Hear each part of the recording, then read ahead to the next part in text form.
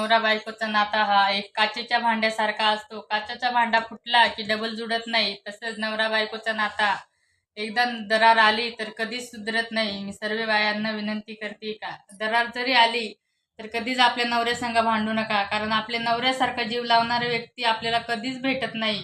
आई बाप आज आहे तर उद्या नाही. भाऊ बहीण कोणी कोणाचं नसतं.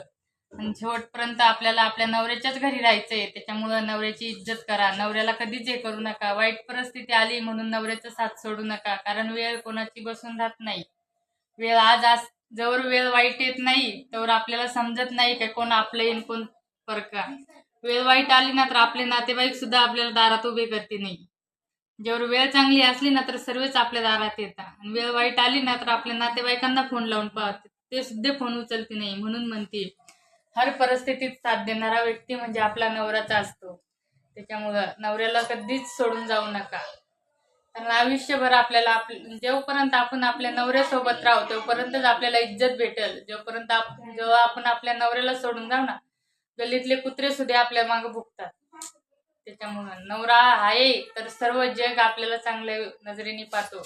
ज्या दिवशी आपल्याला आपला नवराच सोडून गेला ना, लोक वाईट नजरेने पाहतात. तुम्ही किती पण चांगले वागा, मग कडू आहे पण सत्य आहे.